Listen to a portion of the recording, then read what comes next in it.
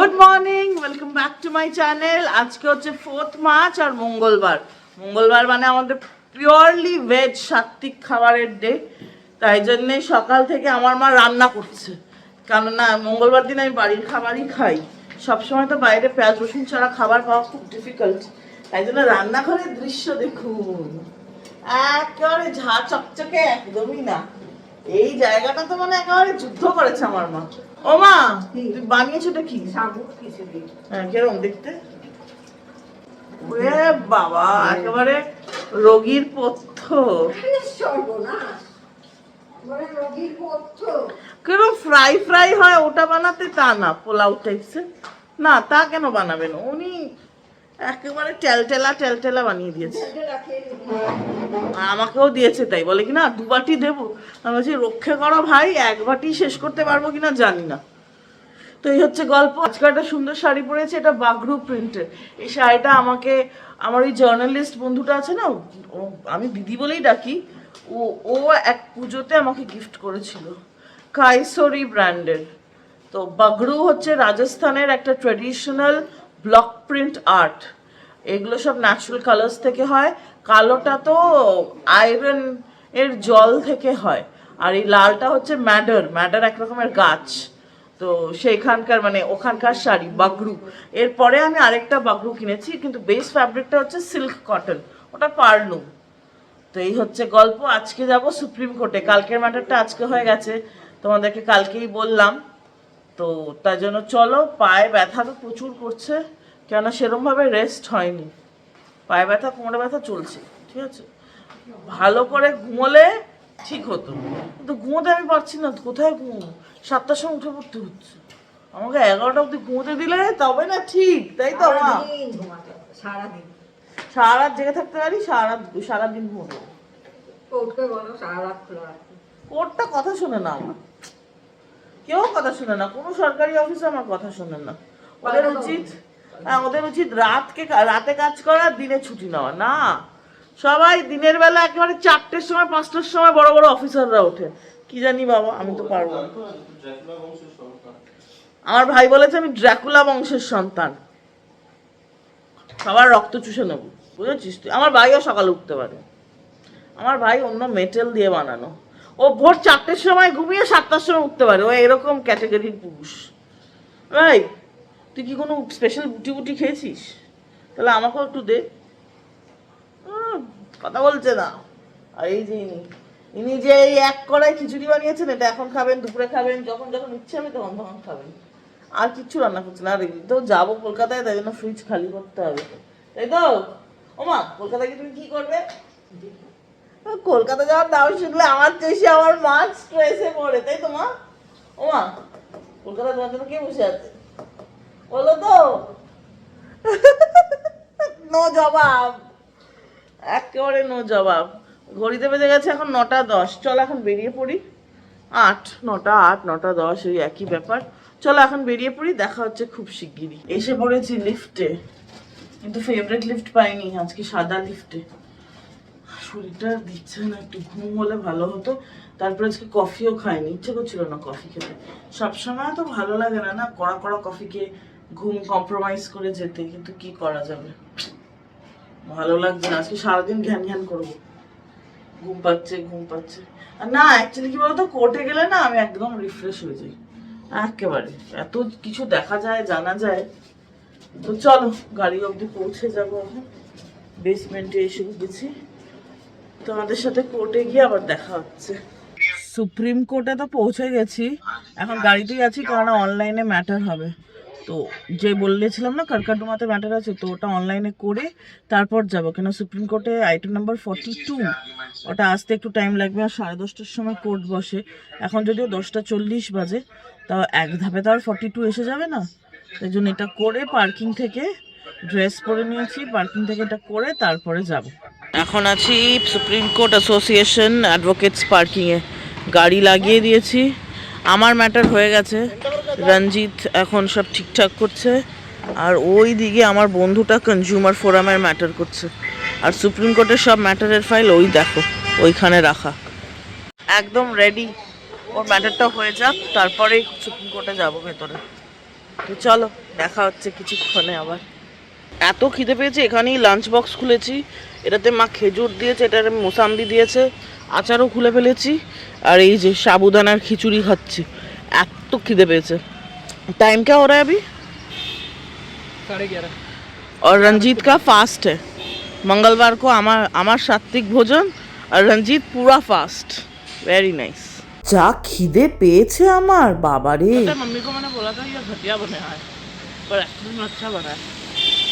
Mummy video देखेगी और बोलेगी अच्छा अब अच्छा बना है। সত্যি ভালো হচ্ছে। গপ গপ করে খেলি।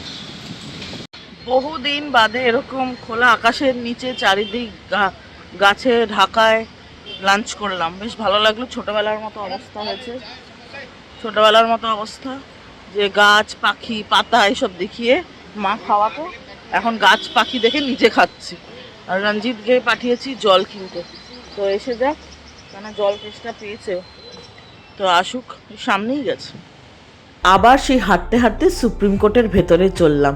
জানো, এই সুপ্রিম কোর্ট কিন্তু আমাদের যেদিনকে রিপাবলিক ডে ছিল, মানে প্রত্যেক বছর যে দিনটাকে আমরা রিপাবলিক ডে হিসেবে সেলিব্রেট করি 26শে জানুয়ারি, তার ঠিক দুদিন পরে এই সুপ্রিম কোর্টটা খোলা হয়েছিল, 28শে জানুয়ারি 1950, সেই একই বছরে। আর এটা প্রথম স্টোন রেখেছিলেন প্রথম ভারতের প্রেসিডেন্ট ডক্টর রাজেন্দ্র প্রসাদ। কত ছোট ছোট বাচ্চারা এসে ফটো তোলায়, দেখতেও ভারী ভালো লাগে। এক রাশ স্বপ্ন নিয়ে 23 বছর বয়সে কি 24 বছর বয়সে বাচ্চারা কলেজের 5 বছর অতিক্রম করে সুপ্রিম কোর্টে প্র্যাকটিস করবে বলে আসে। আমিও তাদের দলের একজন। জানো কি, আমার প্রথম আর্গুমেন্ট জীবনের হয়েছিল এই সুপ্রিম কোর্টেই। অর্ডার শিটে কিন্তু লেখা আছে young council has argued to the best of our abilities. আর এই দাদাটাকে কি চিনতে পারছো তোমরা? তুষারের কিন্তু কলেজের বন্ধু উপেন ভাইয়া সরস্বতী পুজোতেও এসেছিলেন। আর এই দাদাটার সাথে আমার একটা আলাদা টান। এই দাদাটাকে কিন্তু আমি রাখিও পড়াই, খুব ভালো। চলো এবার হাঁটতে হাঁটতে প্রায় বিকেল 5টার সময় যাব একটু ক্যান্টিনের দিকে।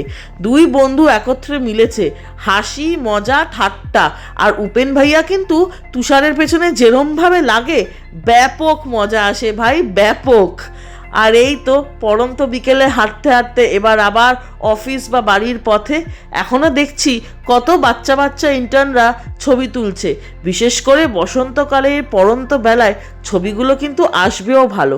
ইন্টার্নশিপের টাইমটা না দারুণ হয়, এক রাশ ভালোবাসা আর স্মৃতি নিয়ে বাচ্চাগুলো আবার ফিরে যাবে যে যার কলেজে। ঘড়িতে বাজে এখন 5টা, এই যে 5টা বাজে 17, মানে তো 5ই। আর এখন পার্কিং পুরো খালি। এই যে রঞ্জিত সিংও এসে গেছে, জিনিসপত্র ঢোকাবে, পুরো খালি পার্কিং। আর কয়েকজনের আছে, অনেকের চেম্বার আছে না এখানে আশেপাশে। তো আজকে আর অফিস যাব না, সোজা যাব বাড়ি। তো চলো তাড়াতাড়ি বাড়ি যাওয়া যাক। মা জানে না, কিন্তু ভাই জানে যে বাড়ি যাচ্ছি। তো চলো একেবারে বাড়ি গিয়ে দেখা হবে। বহু দিন বাদে আবার নিলাম সেই খুব প্রিয় রাস্তাটা, যেটা দিল্লি আর আমার বাড়িতে শুধু 7 কিলোমিটারে কানেক্ট করে দিচ্ছে। ওকলা বার্ড স্যাংচুরি থেকে আমার বাড়ি প্রায় ওই 7-8 কিলোমিটার, আর তার মাঝখানে আসে শুধু এই রাস্তাটা। অন্য রাস্তা দিয়েও যাওয়া যায়, কিন্তু এই রাস্তায় দুধারে এত সুন্দর গাছ, তার সাথে এরকম সানসেট, আহা, এই জীবনের একটা চরম উপলব্ধি, যা হাতে ছুঁয়ে দেখা যায় না, শুধু মন দিয়ে উপলব্ধি করা যায়। ঘড়িতে বাজে 6:20, এই বাড়িতে এলাম, কেননা সুপ্রিম কোর্টে তো অনেকক্ষণ বেজে গেল। তারপর উপেন ভাইয়া ছিল, তুষার আর উপেন ভাইয়া অনেক গল্প করলো, আমিও করলাম। চোখ মুখের এরকম অবস্থা, কেননা প্রচন্ড মাইগ্রেনের ব্যথা করছে। আর আমি সব কথাগুলো মাকে দরজার ওপারে শোনা। মেসেজ করেছে কখন আসবি, মাথা ব্যথা মাথা ব্যথা। হ্যাঁ কোথায়, মাথা ব্যথা করছে, এই শুরু হলো। গরমকাল ঢুকছে আর অত্যধিক আমার এই বাঁ দিক জুড়ে মাইগ্রেন।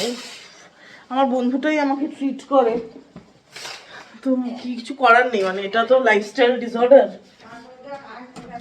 কিছু করার নেই। এখন একটা ওষুধ খাবো, খেয়ে 15 মিনিট অন্ধকার করে একটু চুপচাপ থাকবো, অটোমেটিক ঠিক হয়ে যাবে। আর কিচ্ছু মানে এটার কোনো বিকল্প নেই, এটা হবেই হবে, মানে এটাই এটার ট্রিটমেন্ট, কি আর করা যাবে। বাবারে, চলো কিছুক্ষণ বাদে তোমাদের সাথে দেখা হচ্ছে। ঘড়িতে বাজে 7:30, চলে এসেছি রান্নাঘরে। আর ভাইও চলে এসছে, তার কারণ মা একা একা রান্না করবে, মাকে সঙ্গ দেওয়ার জন্য মায়ের সাগরে। হ্যাঁ বুড়ি, ছোট্ট বুড়ি দেখছে 7:30 বাজে, আর ভাইও চলে এসছে। ভাইয়ের কাজ এরকম সন্ধ্যেবেলা হয়ে যায়, কিন্তু আমি যেহেতু অফিস থেকে অফিস চলে আসে। মা বানাচ্ছে মঙ্গলবারে সাদা আলুর চচ্চড়ি, কড়াইতে কালো জিরা ফোড়ন দিয়েছে। আর ওইদিকে দেখো এখানে এত আলু কেটে রেখেছে টুমো টুমো করে। বাবা জল পড়ছে, এখানে জল ঝরতে দেওয়া আছে। আর যেহেতু কলকাতা যাব, তার জন্য চানাচুরের প্যাকেট শেষ করে যাচ্ছি, কিচ্ছু রাখারাখির সিল নেই, অনেক দিনের জন্য যাব। এখানে লঙ্কাও ফোড়ন দিয়ে দিয়েছে, কালো জিরে আর লঙ্কা ফোড়ন। বেশিক্ষণ তো লাগবে না। কতক্ষণ লাগবে মা রান্না করতে এটা? 5 মিনিট 10 মিনিট। ও, আলুগুলো ভাজবে, ভেজে একটু জল দিয়ে মাখা মাখা করবে, আদা বাটা দেবে, খালি নুন আর হলুদ। সাদা আলুর চচ্চড়ি, হলুদ না, সাদা আলু, হলুদ না। এই সাদা আলুর চচ্চড়ি প্রথমবার কখন খেয়েছিলাম জানো? আমি খুব ছোট, ক্লাস 1-এ পড়ি, 1-এ না 2-তে পড়ি। আমাদের কলকাতায় তখন যে বাড়িটাতে উঠেছিলাম, ওটা আমার ঠাকুমা আর আমার বাবা আর কি, যিনি আমাকে জন্ম দিয়েছেন, ওদের বাড়ি। তো মানে বাড়িটা ওদের নামে, তো এখন ওই বাড়িটা আছে, বাড়িটা আমরা থাকি না এখন আর। তো ওই বাড়িটার পাশের বাড়িতে যে আন্টিটা থাকতো, ওদের 3তলা বাড়ি, বন্ধু আন্টি বলে ডাকি। বন্ধু আন্টি খুব সুন্দর কুশের কাজ করতে পারেন, মানে আমার মার চেয়েও সুন্দর কাজ বন্ধু আন্টি করেন। তো ছোটবেলা থেকে মার বন্ধু, তাই জন্য বন্ধু আন্টি বলো মা, আমরা এরকম ভাবে নাম দিয়েছি, মার বন্ধু তাই জন্য বন্ধু আন্টি। তো বন্ধু আন্টির বাড়িতে খেতে গেছিলাম, তখন বন্ধু আন্টি এটা বানিয়েছিল। আমি বলেছিলাম কি স্বাদ কি স্বাদ। আমি রেসিপিটা বলে দিচ্ছি, কারণ এটা একদম সিম্পল। সাদা তেলে কালো জিরে আর লঙ্কা ফোড়ন দিয়ে, আলু দিয়ে, নুন দিয়ে একটু মাখা মাখা মাখা মাখা করে নাও, ব্যাস হয়ে গেল সাদা আলুর চচ্চড়ি। ব্যাস ওই জল। আমি কিন্তু এখন শুনে শুনে বললাম, আমি জীবনে রান্না করিনি, মা আন্টির থেকে শিখেছিলাম, আমাদের এত ভালো লাগতো। তারপর আমি রোজ রুটি আর সাদা আলুর চচ্চড়ি নিতাম। এই হচ্ছে গল্প। আর সুপ্রিম কোর্টে যে ম্যাটারটা এতদিন যাচ্ছি, এবার তোমাদের একটা ইন্টারেস্টিং গল্প বলি। সুপ্রিম কোর্টে যে এতদিন যে ম্যাটারটায় যাচ্ছি, ওই ম্যাটারের ক্লায়েন্টটা না মহা দুষ্টু। মা দুষ্টু মানে দুষ্টুর দুষ্টু, ঠিক আছে? মানে আমি দেখো সোশ্যাল মিডিয়ায় তো এর চেয়ে বেশি ভালো বিশেষণ ওকে আমি আর দিতে পারছি না এই প্ল্যাটফর্মে। কিন্তু আসলে তোমরা ধরে নাও কতটা দুষ্টু মানুষ হয়। পৃথিবীতে তো দুষ্টু ভালো নিয়েই মানুষ। আবার ফোন বাজছে, দাঁড়াও গল্পটা বলছি এসে। ঘড়িতে বাজে 8:15। তোমাদের আলু চচ্চড়ি শেখাতে গিয়ে ক্লায়েন্টের এমন ফোন এলো যে আর আলু চচ্চড়ি শেখানো হলো না আমার, সত্যি। আবার ফোন, ওরে বাবারে, ফোন টোন শেষ হয়েছে। আর মা এখানে বসে একেবারে মনের সুখে সেলাই করতেছেন। কি গো মা, হ্যাঁ সেলাই করছেন? বাহ, ভালো আছে। তো যেটা আমি বলছিলাম যে আজকের ম্যাটারটা ক্রিমিনাল ম্যাটার, ক্লায়েন্ট মহা দুষ্টু। সে, আচ্ছা দেখো, যে কোনো সরকারি জায়গায় বা, হ্যাঁ সরকারি জায়গায় বলবো, বা ধরো কোনো হসপিটালে অনেক সিনিয়র ডাক্তার যেখানে আছেন, সিনিয়র ডাক্তারকে কি আমি সরিয়ে দিয়ে আমি বলতে পারি যে না আমি অপারেশন করব? আমি তো সেটা বলতে পারি না। বা কোনো সরকারি জায়গায় যেখানে অনেক বড় বড় অফিসার আছে, আমি কি ওখানে ওদেরকে সরিয়ে দিয়ে বলতে পারি যে না আমার কাজটাই আগে করুন? সেটা তো আমি বলতে পারি না। অনেক সময় ভাগ্য এমন সিচুয়েশন ক্রিয়েট করে যে আমার আগে নম্বর থাকলেও আমার পেছনের মানুষগুলো আগে কাজ হয়ে যাচ্ছে। তো সেটা তো আমাদের হাতে সবসময় থাকে না যে আমরা কি করে কি করব, সবসময় তো আর অ্যাকোমোডেট করা যায় না, সেগুলো তো করা সবসময় সম্ভব হয় না। ক্লায়েন্টের বক্তব্য যে আমরা নাকি ওর কাজ স্মার্টলি করতে পারছি না। আচ্ছা, একটা উকিলকে সে শেখাবে যে স্মার্ট কি হয়, বাহ ভালো কথা। দ্বিতীয়, আমাকে এটা আমাকে বলেছে যে তুমি সুপার সিনিয়র হয়ে গেছো। দেখো, আমি হচ্ছি নো ননসেন্স পার্সন। আমাকে কেউ বাজে কথা বললে আমি সেটা মিষ্টি করে আমি তার আনসার একদম সঙ্গে সঙ্গে দিয়ে দিই, কেননা আমি তো পড়াশোনা করে উকিল হয়েছি, আমি তো আর টুকে পাস করিনি। আর ক্লায়েন্টকে এটা বুঝতে হবেই যে আমি উকিল আর সে ক্লায়েন্ট। যেরকম ডাক্তারও কিন্তু মানে ডাক্তারের চেম্বারে গেলে আমাদের বুঝতে হবে যে উনি স্পেশালিস্ট, আমরা পেশেন্ট। তো সেটা আমাদের অফিসেও মানে যে কোনো উকিলকেও সেটা মানে সম্মান দেওয়া উচিত। Because at the end of the day যথেষ্ট ভালো পড়াশোনা করেই কিন্তু একজন ডাক্তার বা একজন উকিল বা একজন ইঞ্জিনিয়ার বা যেই স্পেশালাইজেশনের লাইনে যাচ্ছে সেটা হয়। তো আমাকে ক্লায়েন্ট বলেছে একটা কথা, তো আমি বলছি তাহলে তুমি আমাকে ফোন করে আমাকে তুমি বলতে চাইছো যে আমার জন্য তোমার কাজ হয়নি? তখন আমাকে বলছে না তোমাকে তো কিছু বলাই যায় না, তুমি তো সিনিয়রের চেয়েও বড় হয়ে গেছো, সুপার সিনিয়র হ্যান ত্যান। আলাম তুমি তোমার টোনটা চেক করেছো? তুমি কি টোনে আমার সাথে কথা বলছো? তারপরে চুপ করে গেছে, তো ফোন কেটে দিয়েছে। তো আমি আমার বন্ধুটাকে বললাম তুষারকে, তুষার ক্লায়েন্টকে ফোন করেছে। এবার তুষার না আমি যতটা ও অ্যাগ্রেসিভ কোর্টে, তুষার একদম জল, ও কিছু ফারাক পড়ে না। ও হচ্ছে বলে বাবা যা যা করার ইচ্ছে করো, আমি বরফের চাই, আমি তো চুপচাপ থাকবো। ওই ক্লায়েন্টটা তুষারকে বলেছে কালো কোট পরা ছেড়ে দাও, আর একটা কি বলো তোমরা স্মার্টভাবে কাজ করতে পারো না। তো ওর জায়গায় আমি থাকলে আমি ক্লায়েন্টকে আরো সুন্দর দিতাম, বাট ও আজকে দিয়েছে ক্লায়েন্টকে বলেছে এসে ফাইল সব নিয়ে যা, যা ফিজ আছে সেগুলো পে করে। একেতে এক্সপেক্ট করে যে 10 টাকার বিনিময়ে একেবারে 5,000 কোটি টাকার কাজ আমাদের দিয়ে বার করবে, টাকাও টাইম মতো দেয় যে ক্লায়েন্ট, তা না। কি করা যায়, পুরো পৃথিবীটাই কিন্তু এই সিস্টেমে চলছে।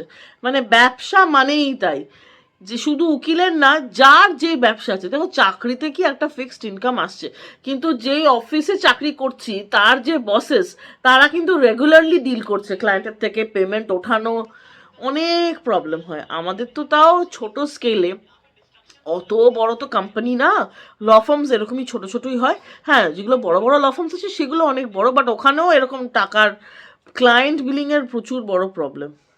সবচেয়ে চিলে আছে আমার মা, ওই যে ওমা তুমি চিলে আছো লাইফে? ও ওনার কোনো ফারাকই পড়ে না। ওমা ক্লায়েন্ট তোমাকে যদি এসে বলে আপনি বোকা, কি বলবে? আমি বলেছি ফাইল নিয়ে বেরিয়ে যাও আমার অফিস থেকে, ফাইল দিবি তারপরে মানে ফাইল নিয়ে চলে যাই, আমি বোকা যখন আমার কাছে থাকতে হবে না। এরকমই আজকে একটা দিন ছিল, বাপরে বাপ, মানে পুরো তার কাটা দিন বলে যাকে। রাত বাজে 10টা 15, মা এখন ঠিক করেছে আগের দিনে ফেরত যাবে, রোজ সকালে হাঁটতে বেরিয়ে সকালের কাজকর্ম একবারে করে আসবে। আর পাশেই তো জঙ্গল আছে জানোই, তোমরা ভিডিওতেও দেখেছো, ওইখানে যাবে। আগের দিনের কথা খালি টেনে আনে, আগের দিনের মানুষ এই করতো, শরীর ঠিক ছিল, নিজে হাঁটু নিয়ে পারছে না, কখনো দাঁত কখনো হাঁটু। কি ব্যাপার তোমার, ভালো আছো? বাহ, ভালো থাকলেই ভালো। ঘরটা অন্ধকার, আবার সেই লাইট নেই, ওদিকের লাইটটা এসে তারপর ঠিক করবো, সামনের মাসে হবে। জল তেষ্টা পেয়েছে, দাঁড়াও একটু জল খাই, গলা শুকিয়ে এসছে পুরো।